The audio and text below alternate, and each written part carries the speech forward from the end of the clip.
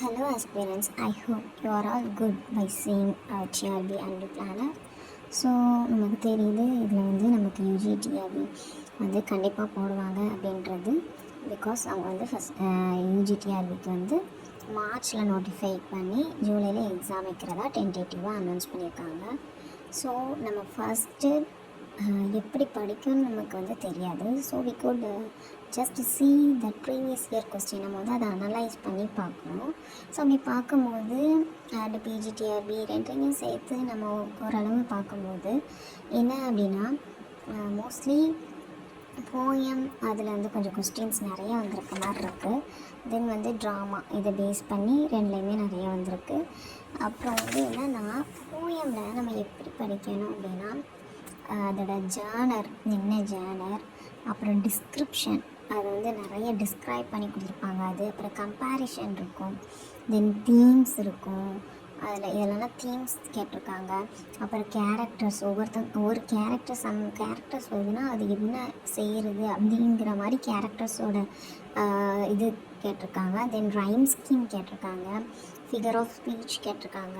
இது நிறைய poetic lines கொடுத்து இது என்ன போயம்னு கேட்டிருக்காங்க.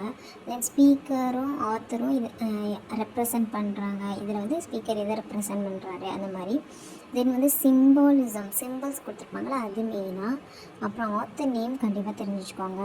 சம் இம்பார்ட்டன்ட் லைன்ஸ் புரிஞ்சு வச்சுக்கோங்க. ஹெட்டிங் சில ஹெட்டிங் ஆஃப் த போயம் கேட்டுருவாங்க. ஸோ இதில் சப்டைட்டில் நிறைய போயமுக்கு இருக்கும், இந்த கும்ப்ளக்கான் அந்த மாதிரிலாம். ஸோ அந்த மாதிரி சப்டைட்டில் போயம் இது பண்ணிக்கோங்க. Then setting of the poem ரொம்ப ரொம்ப இம்பார்ட்டன்ட். தென் அதோட publishing year and written year அந்த மாதிரி நிறையா பார்த்து வச்சுக்கோங்க.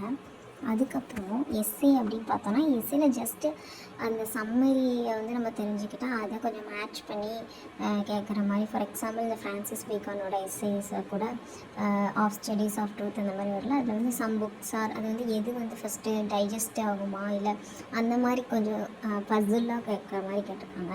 தென் எக்ஸ்ப்ளனேஷன், அதோட எக்ஸ்ப்ளனேஷன் எல்லாம் தெரிஞ்சுருக்காங்க. அதுலேயும் இம்பார்ட்டன்ட் லைன்ஸ் கொடுத்து இன்கம்ப்ளீட் பண்ணி நமக்கு அதை ஃபில் பண்ணுற மாதிரி கேட்குறாங்க. தென் ட்ராமா அப்படின்னு எடுத்துக்கிட்டோன்னா அதோட ஜேர்னரையும் தெரிஞ்சு வச்சுக்கோங்க. அண்ட் அதில் கேரக்டர்ஸ் ரொம்ப இம்பார்ட்டன்ட். மெயினாக அந்த கேரக்டரோட ஏஜ், இந்த மாதிரி நிறைய கேரக்டர்ஸ் சொல்லுவாங்க. அவங்களோட ஏஜ், அவங்க எதை டிஸ்கிரைப் பண்ணுறாங்க, ரெப்ரசன்ட் பண்ணுறாங்க அப்படின்ற மாதிரி. தென் ட்ராமாவில் கொஞ்சம் கோட்ஸ், முக்கியமாக ஷேக்ஸ்பியர்லாம் கோட்ஸ் நல்லா தெரிஞ்சு வச்சுக்கோங்க. சில ரொம்ப நம்மளால் பார்க்க முடியாதுனாலும் கொஞ்சம் ப்ரீவியஸ் இயராக கேட்டிருக்க கோட்ஸை பார்த்து வச்சுக்கோங்க. தென் ஆக்டு சீன்லாம் நிறைய இருக்குதுல. ஒவ்வொரு ட்ராமாவில் எவ்வளோ ஆக்டு, இப்போ போயம்க்கு எவ்வளோ லைன் பார்த்து வச்சுக்கோங்க. இதில் எவ்வளோ ஆக்ட் எவ்வளோ சீன்னு பார்த்து வச்சுக்கோங்க. எது லாங்கஸ்ட் சீன், எது ஷார்ட்டஸ்ட் சீன். சம் பிளேலெல்லாம் இம்பார்ட்டன்ட் சீன்ஸ் வரும், ஸ்க்ரீன் சீன் ஒரு இதில் வரும். ஸோ அந்த மாதிரிலாம் பார்த்து வச்சுக்கோங்க. தென் செட்டிங்ஸு, அப்புறம் அதோட இயர் பப்ளிஷ் ரிட்டன் அதை பார்த்து வச்சுக்கோங்க.